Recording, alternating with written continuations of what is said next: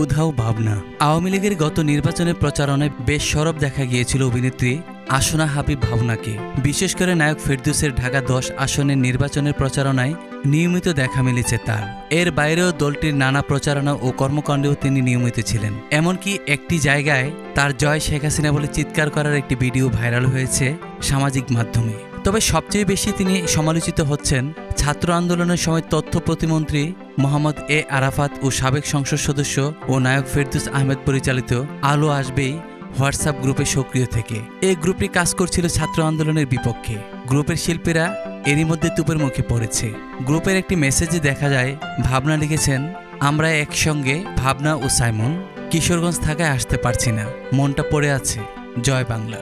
এই গ্রুপে সক্রিয় থাকলেও শেখ হাসিনা সরকারের পতনের পর বোল পাল্টে ভাবনা ছাত্র আন্দোলনের প্রথম দিকের শহীদ আবু সাইদের ছবি এঁকে সামাজিক মাধ্যমে পোস্ট করেন। এর পরপরই আলো আসবেই গ্রুপের স্ক্রিনশট ফাঁস হয়, যার ফলে তুমুল সমালোচিত হচ্ছেন এই অভিনেত্রী। এমনকি তাকে বয়কট করার কথা বলছেন নেটিজেনরা। অনেকে আবার দাবি করছেন ভাবনা সহ এই চ্যাট গ্রুপের সদস্যদের জিজ্ঞাসাবাদের মাধ্যমে আইনের আওতায় আনার।